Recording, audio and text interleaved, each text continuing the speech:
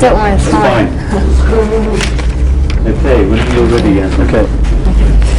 Right, you ready? Rolling. Yeah. Are you fed up with hearing about Withnail and I?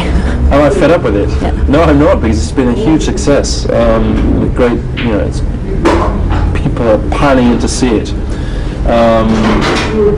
8 years after it first came out, so to me it's a complete phenomenon that I'm not in a wheelchair, grey or bald. Do you have? Sorry.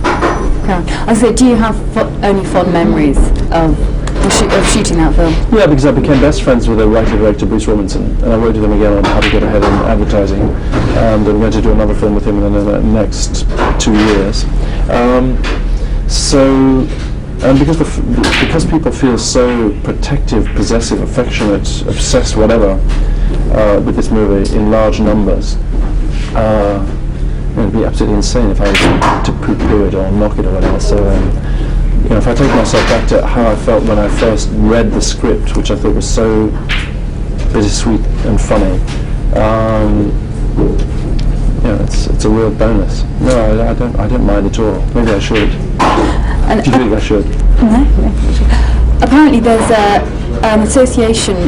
apparently there's an appreciation society called Withnail and Nobody Knows.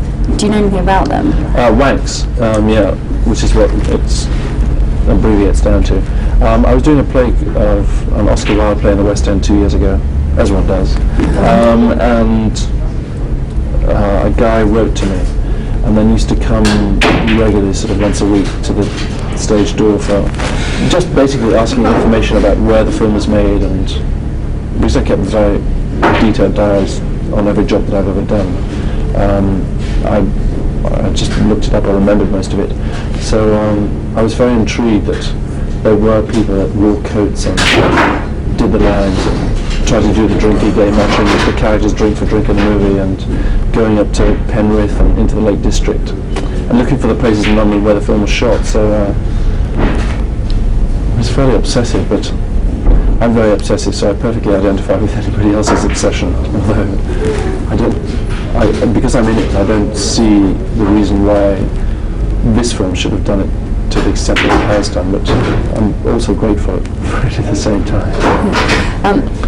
You went on to play roles in LA Story and the hugely successful Robert Altman film, Player. Did you always expect to end up in Hollywood?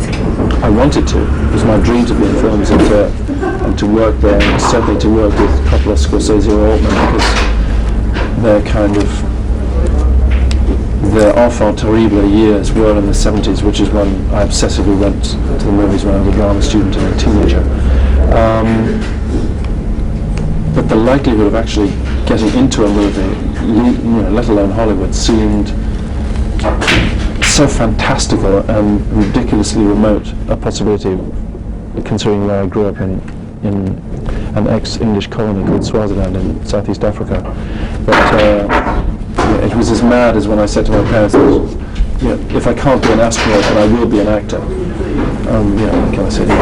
You'll outgrow that, like pimples and liking ABBA records. So. And you often hear about directors like Altman being a nightmare to work with, and all actors. You hear the same thing. Mm-hmm. What do you think you're like to work with? What do I think? I turn up on time. I don't drink, so I'm reliable. This is like an industrial tribunal. God, I don't know. I mean, I intend and try and have a good time in what I'm doing, and give as give. Don't let me would say, give as good as I get. The final calculus is that you can only be as good as the dialogue and the character and the script that you're in.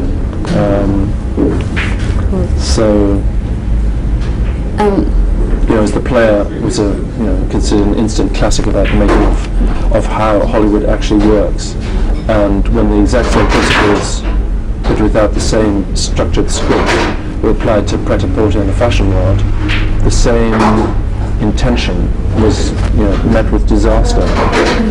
But the actual process of making it was very much the same and very enjoyable, with a fantastic cast list of stars. Proving my way around. Sorry, I just had to. Are they being too noisy? No, that's fine. Sorry, I'm myself out in half of this. That's why I'm just letting you go on a You bit. should tell people that we're sitting in a pub that sounds like a sort of billiard Is that okay? I mean, it's fine for It's fine for billiard anyone. ball convention background. Yeah, sorry, I'm just letting you. I'm not interrupting because I have to cut myself out sometimes. Right. That's why I'm just going nodding like a To twig. bring your best Of shoes course. and you're cut out of the interview. Oh no, I'll be in doing the introduction. Insert I'll use your female compliment. cost- I love my Yes, shoes. I'm ma'am. obsessed with shoes. I have to wear them to cheer myself up, not for the screen. That's for me. There you go. Right. Okay, I'll carry on. So, ready? Yep. Right, you've often played very English roles, but in fact you grew up, as you mentioned, in Swaziland. Right. Do you find that that's given you maybe a fresh perspective on the English?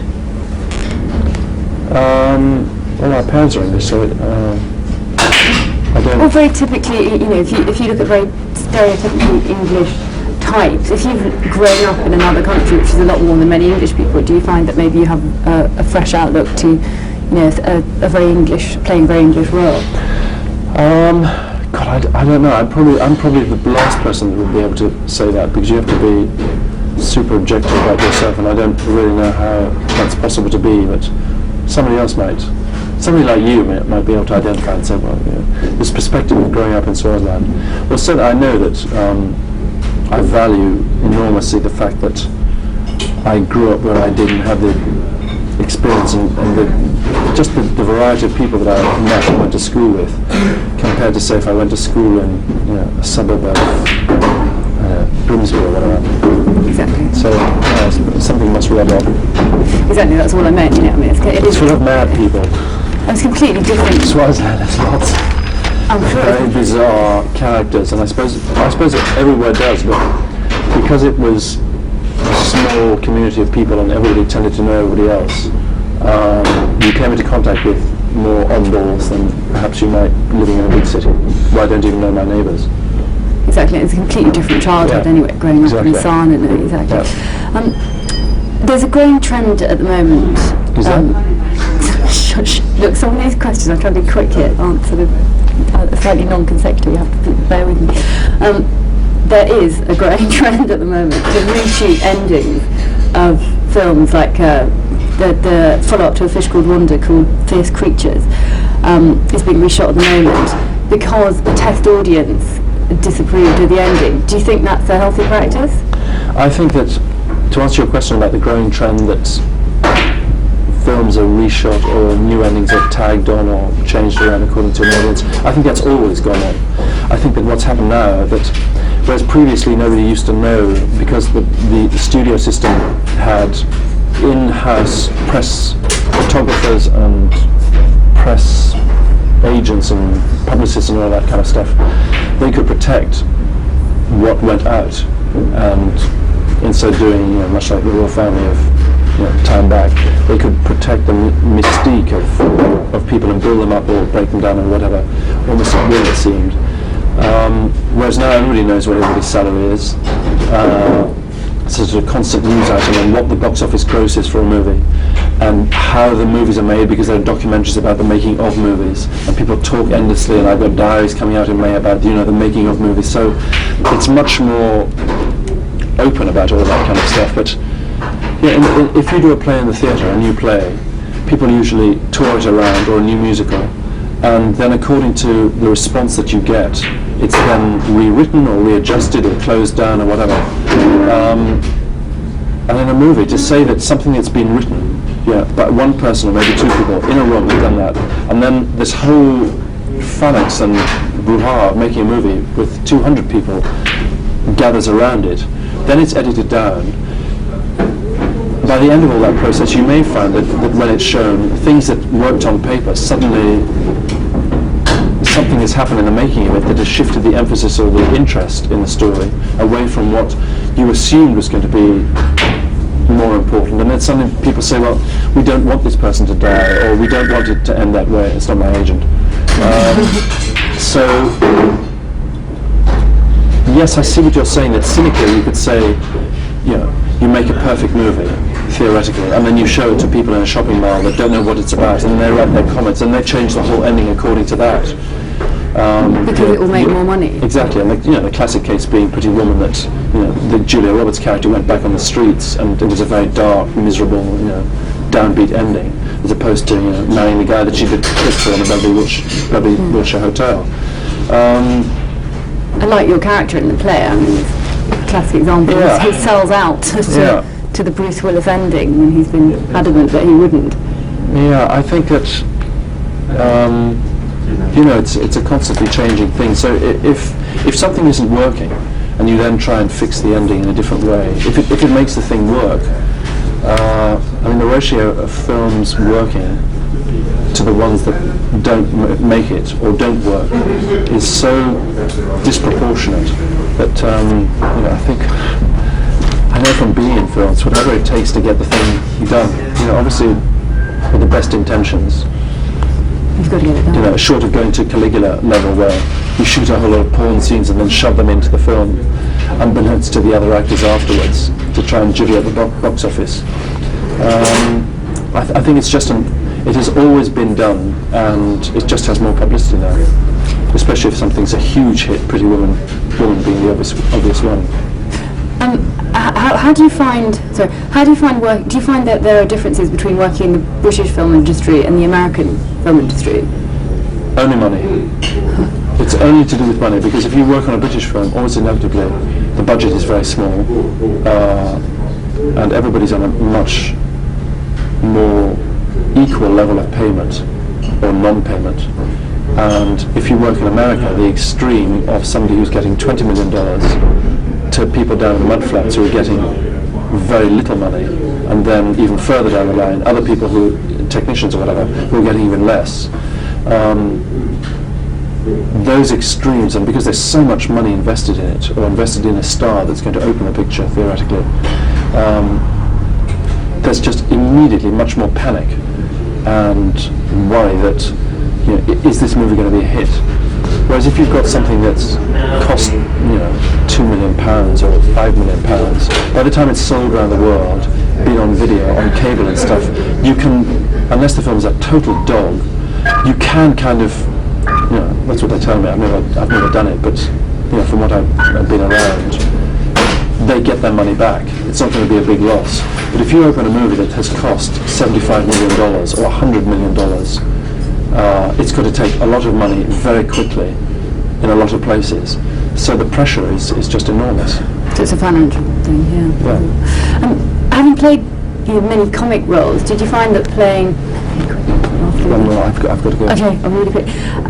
Sorry. Well, I was going to ask you two more questions, that's it. I say, having played many comic roles, did you find that playing a more straight role in Jack and Sarah was quite a difficult crossover?